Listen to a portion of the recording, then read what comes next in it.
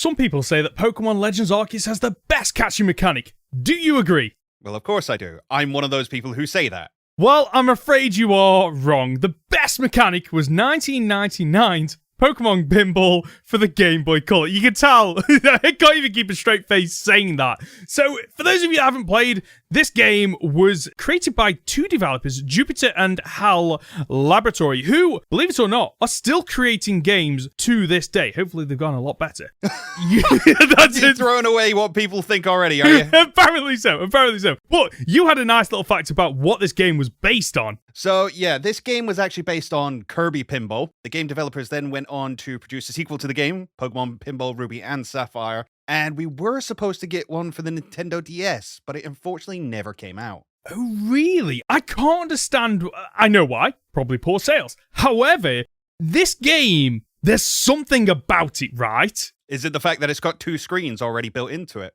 Perhaps, yeah, like, it's really weird how this game plays, because there's a lot about this game that infuriates me to no end, but I can't put it down. And yet, there it is. I was going to say, you just can't stop playing it. I have to. As soon as I start swearing at the screen, it's time to put it down. Yes, because this game, I would be interested to see how this sequel to this game plays, because this game does not work on Game Boy Color. And I think I know why, but we'll talk about that later on. If you haven't already, make sure you hit the subscribe button and click the bell while you're there so you don't miss out our next XP Share episode where we'll be playing another Pokemon spin-off game. Should we talk about the actual game mechanics and how it works? Let's do it. I want to see how you think the game works, because you say it doesn't work, and I think it works great. Okay, right. So, it's a typical pinball experience. You have to get the ball, in this case, a Pokeball, and you have to do one of two things. Either try to get a high score, as you do in any pinball game. However, because it's Pokemon, the gimmick is that you have to use your Pokeball to catch Pokemon and complete the pokedex. It's pretty simple, standard stuff that you would expect from a Pokemon pinball game. However, the way you go about this, there's a lot of legwork, isn't there? There is, and the game is very simplistic in the fact that you open the game up, you get shown your two tables, red or blue, you pick one of them, and then you start playing. It took me a fair few hours of playing to realize exactly what I was having to do. So the blue table is clearly easier than the red table. Yes. So the first thing you need to do is hit your spinners, usually up the right-hand side, so that your Pikachu can charge up, so they can catch your Pokeball should it fall down either side. You then, once you're also going up the right-hand side, you'll charge up your get points. Your get are your three little triangles. Once you've got two of those, at least, you can go into either Bellsprout's mouth on the red board or Cloyster's mouth on the blue board and start trying to catch a Pokemon. If you have 3 get points, you get a different Pokemon, say if you have 2. And the different Pokemon that can show up depend as well on what sort of city you're in, because you can change cities in this game by hitting other bumpers around the board. Yep. Once a Pokemon shows up, it shows up in a silhouette. You then have to hit either Voltorb or Shelder, depending on what board you're on, rack up a whole bunch of points. Then the Pokemon becomes available to try and catch. You then have to hit the Pokemon itself a bunch of times before you can catch it. Once you have caught it, it gets added to your Pokedex. And then you have to send the ball up the left-hand side to level up your Evo score. Much in the same way as your Get score, you need to level up your Evo score, which is 3 different triangles. Once you've got those 3 triangles leveled up, you can go into Slowpoke's mouth, or I forget what it is on the red board because I never actually... Ditto, isn't it? It's Ditto. Yes, there you go. I never actually managed to do it on the red board. The red board's really hard.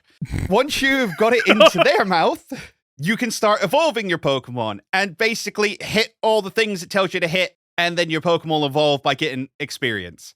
It's a really fun and intense game, and we've not even gone into any of the bonus rounds or like the secret holes that you can unlock and get bonus points and triple multipliers, and you can upgrade your Pokeballs. It's kind of insane, and I love it. But none of that is explained to you. Nothing. No, that is my problem, is that after about 3 hours of playing, it's only today, and this is my fault, I should have started here, looking up things online, that it started to make sense that you're not supposed to just, like typical pinball, just hit whatever you can to maximize your points, which you can do in this. If you want to actually complete the Pokedex, which I'd imagine you would want to do because it's a Pokemon game. Has all 151 Pokemon in it. All 151. There is a rhythm. There is a set order that you have to do things in order to maximize your odds of catching all the Pokemon. Because there are the typical issues playing pinball, like the exit lanes, where typically you have no say whatsoever. If the ball goes down the exit lane, typically you lose that ball. Unless there is a gimmick, like there is in this game. There is 2 little Pikachus. Well, there's usually 1 Pikachu. You can unlock 2 Pikachus, and you switch which sides it's on by using the bumpers. Using the bumpers, yes. And if the Pokeball falls down there, then Pikachu, if it's there, will use Thunderbolt, I believe, to zap it back into the game and in order for you to continue playing, which I absolutely love that they've included this. I love that. Another fantastic implementation that they've done is you can upgrade your Pokeball as well while you are playing. There are 3 slots on the blue board that if you get your ball up there, one of the 3 lights will light up. Infuriatingly, though, if it falls back down the same way, it darkens it again. Yes, but you can also switch which one of those are lit up by using the bumpers. No, I never noticed that. Yeah, What? see, again, this is something that you don't realize until further into the game. You can move those lights across. So up the top, you've got the 3 lights that change what Pokeball you're using. And down the bottom, you've got the 4 cave buttons. So you can shift those across as well using the bumpers. I never noticed that. Yeah. Oh, okay. I love that. So if you manage to light up all 3, your Pokeball upgrades to a Great Ball, to a Ultra Ball, and then to a Master Ball. Do you know if that actually makes a difference? I know it affects the points. Is that it? It is just the points. Speaking of the points, what was your maximum? I think at the moment, I've hit about 120 million. Way more than me at 36 million. My average was 40. Okay, so I'm just below your average. Because you can look at the high scores. All the scores are about 500 million, which I thought there is no way I'm getting this. However, it makes sense that you need to score above that in order to, move between the areas, catch the Pokemon, evolve the Pokemon as well. There is a lot going on here that, unfortunately for me, not being very good at this game, whenever I seem to get on a roll, typical pinball nonsense happens, and the ball either goes down one of the exit lanes, or it falls straight down the middle, and there's nothing you can do about it.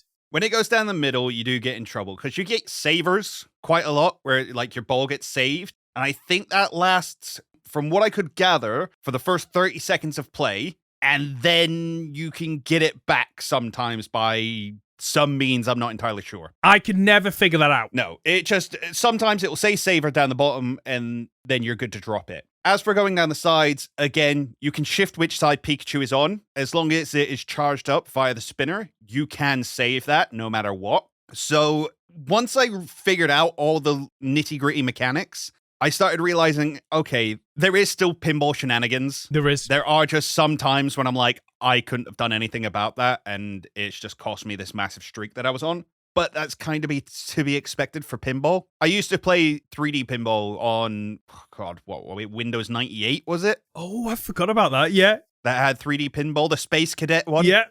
That's like the closest example I have to this. And I think in comparison, I lean a little bit more towards this one, just because it does have the catching mechanic that adds a new level to it. And let's not forget as well, as much as we're complaining about this not being explained to us, this is from a time where you would have got a full manual in the game box with you. Yes. So it would have had written in there everything that you needed to do to play the game. And no, I don't think this is the sort of game you should be playing for 4, 5, 6 hours at a time. But as something to pick up and just go, I'm going to spend, 2 or 3 sessions on this over the next half hour. I really enjoy it. I do as well. So my frustrations, I guess, are twofold. 2 main frustrations. One, the fact that it doesn't fluidly flow up or down when you hit the ball. So if you hit the ball and it goes flying up to the top, it will just cut to the top and then back down to the bottom. So it alternates between basically 2 screens on the one Game Boy screen. Which, weirdly enough, I'm thankful for, because it doesn't give me motion sickness. Oh, really? Okay. Which I imagine a shifting screen would. And imagine with how fast the ball moves sometimes as well, that,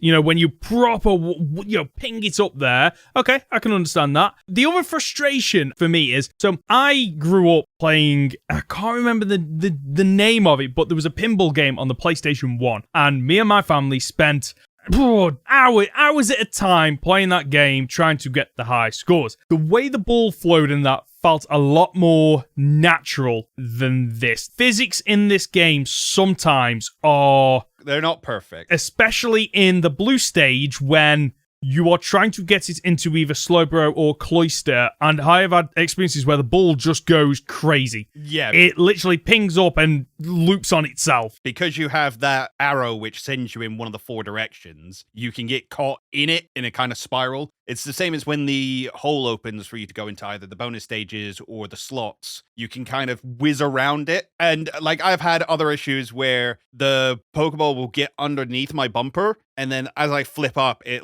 ricochets off itself and goes up round the escape holes and all sorts. It's not perfect.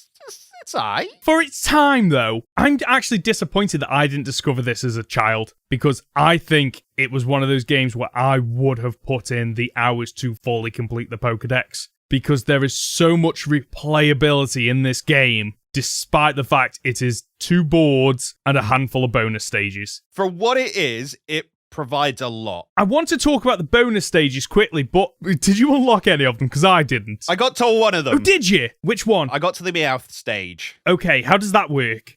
You hit Meowth a bunch of times, and then he drops coins, and then you pick up the coins, and you get multipliers off of those. And then you pick up enough coins that you fill up the top row, and then the game's done. Okay, so all the bonus stages are more about points multipliers or increasing your score. As far as I'm aware, yeah. Oh, okay. Oh, that's a shame, because I've seen some of the images, and I would love to play them. Especially the Mewtwo one looks really cool to play. There's 5 bonus stages, and unfortunately, I didn't get to play a single one of them. A couple of things that I did like about this. The fact that you can print or send your high scores. Just show off to your mates. I absolutely missed that with the original Game Boy. You'd just being able to connect a printer and print things off or just send things was just an absolutely fantastic gimme. Shall we move on to some facts about this game? Well, one of the things I want to bring up, if you talk about gimmicks, this came with a Rumble Pack when it was first sold to make it, quote unquote, feel like a real pinball machine. I should try this because I've actually got the physical version of this game. And after this, I'm going to go away and try this Rumble feature because what I've read online is that it's a little bit underwhelming. Okay, interesting. Yeah, I don't quite know how it would work. And apparently it caned the battery. So, I do have one fun fact for you. Did you know that this game is based on pinball, a popular US pastime in bars and drink establishments? It's based on pinball? I don't know where you ever got that idea from. So, a couple of other things. All 151 Pokemon are available, all from Generation 1. I need to point that out there. However, Mew has just a 1 in 16 chance of being encountered, and even then, you have to hit it. And there's no way I'm doing this. A total of 1,024 times to catch it. I will be scouring YouTube to see if there's some game footage I can steal for this video. You can't catch it. As far as I'm aware, you're not supposed to be able to catch it. You can't hit it 1,000 times in 2 minutes. Is there anything you get for completing the Pokedex? You get the sense of accomplishment that's always provided to you from completing Pokedexes. Let's move on to the reception and ratings for this game. Game Rankings gave it an 81.73%. GameSpot gave it an 8.7. CNET criticized the game for gratuitous Pikachu appearances. It's Pokemon. I mean, what? There's one on the cover and then one on each stage. And one on the menu screen. That's it. Doesn't feel too overwhelming. Although, was this at the point before Pikachu became so big in the Pokemon sphere? No, surely not. The anime was out by this point. Have you got anything else you want to talk about this game? This is one of the only games we get to see in the West where the Pokeballs are labeled as they are in Japan. So we get to see the S on the Great Ball and the H on the Ultra Ball because they are the Super Ball and a Hyper Ball, I want to say off the top of my head. I think that's what I've got.